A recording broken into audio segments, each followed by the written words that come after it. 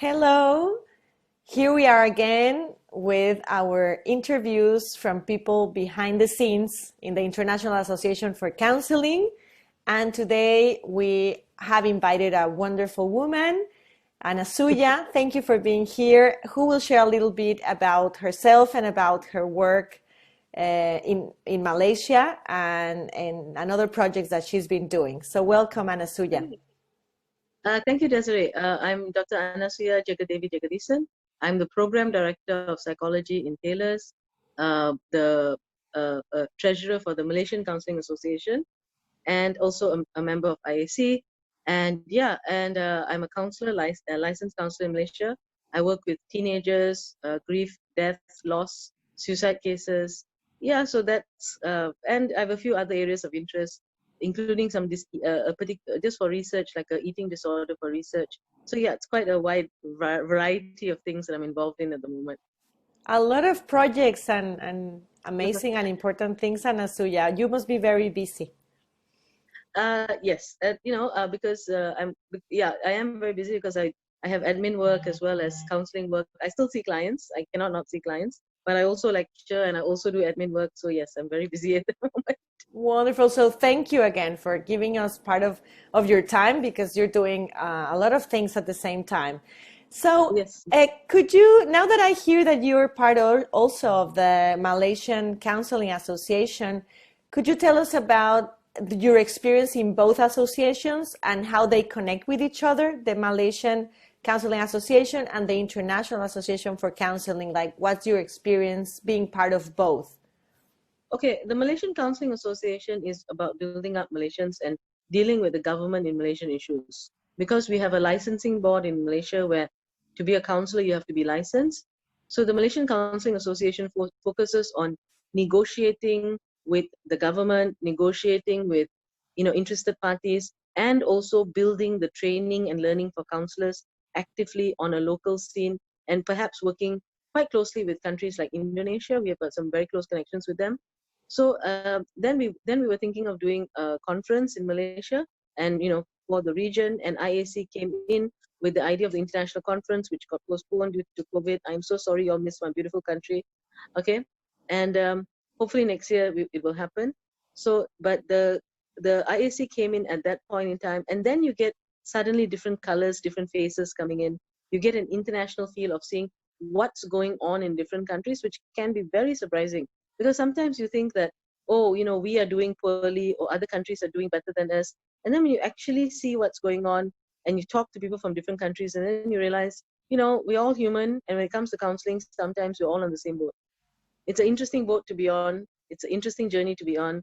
But it's definitely, being human, we have a lot of shared experiences. So it's been quite wonderful working with different people in IAC.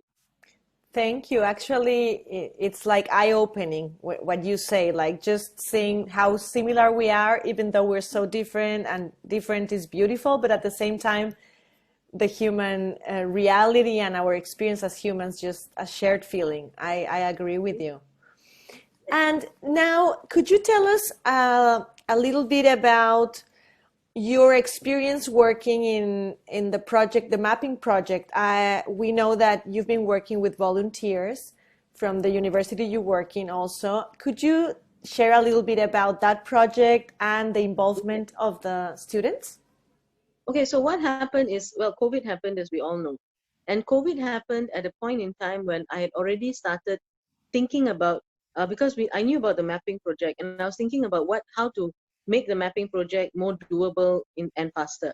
So what I thought about is, and I did propose earlier, even before COVID came, was that I got students involved and do it as part of an internship project. So I make it a full-length student project. How many students are involved in interning with IAC? I will be the supervisor. I'll do the work, and then get the documentation from Nisha and other people. So we were working together, and Nisha said, "Yep, sounds like a good idea. Let's go ahead." So we started off with a few, just about three. Initially, there were just 3 students who were interested, but then COVID happened, and suddenly it was work from home, and a lot of our students lost their internships in different locations. So I got together with the internship team, and I said, "Look, there is this project. I think we can absorb more students. We will expand the project bigger," because initially they were just supposed to be looking at ASEAN countries, which is like the 10 countries in ASEAN. Said, let's expand the project. If you all want to come in, I'm not going to stop you all from coming in. How many of you like to come in, came in. So that's when, we got about 9 students who volunteered to be part of it and got accepted as interns for the project. And then, that's how it went from what I would have thought was a relatively small project to quite big. And the amount of work the students have done and the amount of commitment they have shown is amazing, because all this is done from home, without face-to-face contact. So they had to do a lot of working with each other. And I had to trust that the students, once they made this thing, that they would do it. And I did drive it a bit. I did put some deadlines and say, okay, this one must be done, and they did it. They rose to all the occasions. I'm extraordinarily proud of them. Oh, that's great. That's wonderful. What I see that you got surprised by their commitment to the project. Were they surprised by anything while doing the project? Anything they found, or the kind of work that they had to do, or the realities from different countries? I think they were quite surprised by, the scope of counseling globally, and, the impact of counseling in different countries.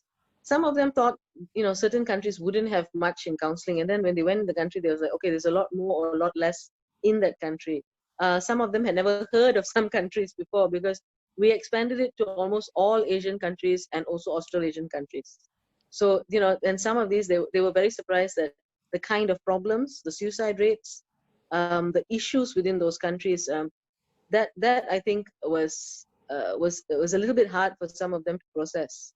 Like when they actually when you see suicide rates, when you see issues that are cropping up when they talk about counseling online and all that, it was hard for some of them to process. And some of them were surprised at some lack of services in some countries, that it was not there. But in general, I think once they started doing it, and after that first initial thing, then it became okay.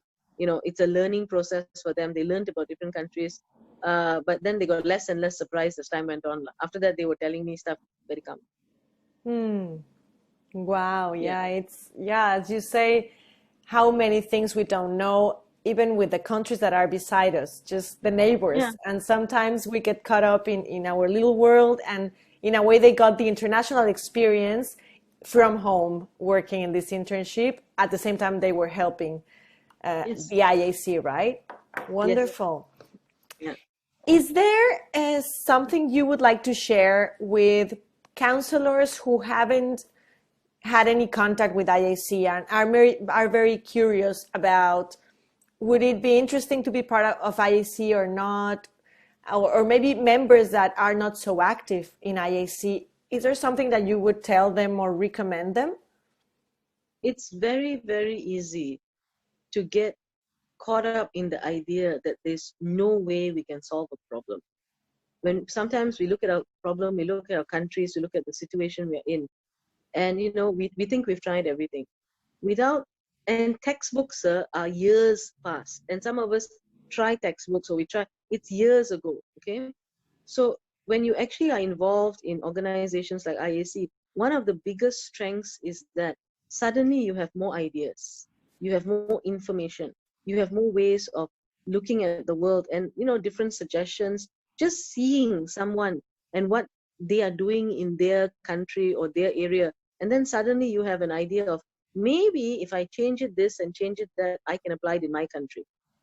And it also gives some backing in terms of, if you need to do research, then you can tap a resource of asking counselors from all over the world. It's there.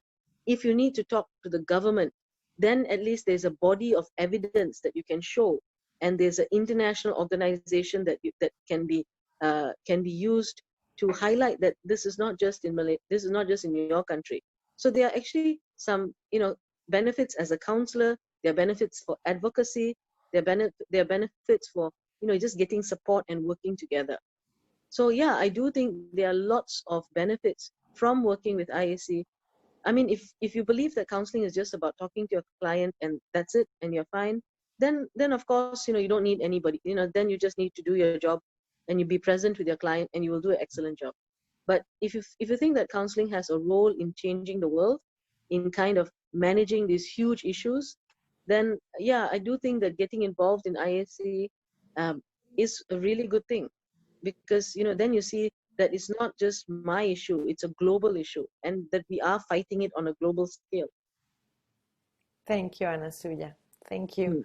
Thank you for sharing that. And I think your interview is very eye-opening, and it gives a very in-depth perspective about how much we can do and how much counseling is also a commitment with the world, not only with your clients. And thank you for that. Is there anything else that you would like to add to this interview that we haven't covered? Yeah, one thing I think I'd like to add is about technology now and counseling. So thanks to COVID, we went into a time of a different experience where everything is online, and you're scared to sit with people in a room because they may be sick and you might get sick. So people are talking about mapping for tomorrow, and what do we expect in the years to come. This is something that we may want to look at in terms of being human, because at the end of the day, human touch is still important. What if there's another virus? So how is counseling reacting to that? I just want to throw it out there that maybe we need to have more research in this area. We need to be more proactive in this area. But I don't think that just phone counseling is as powerful as face-to-face counseling. So online counseling through Zoom or something is somewhere in the middle. I don't know. We are doing it, but how effective is it? I don't know. So I have a hope for the future that technology will help us be better counselors, or better counseling in times of crisis.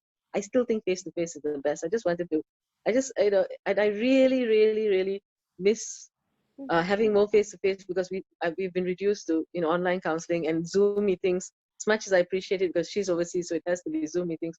For goodness sake, I'm a counselor because I like human beings and I miss people. Totally. Thank you for sharing that. I think that you are expressing something that a lot of people and counselors are feeling right now.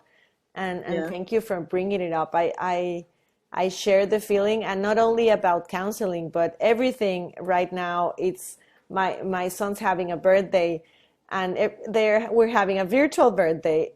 So yeah, I know it's great to have the technology, but at the same time, we shouldn't stop like looking for the face to face or the yeah, solution to get back to connection.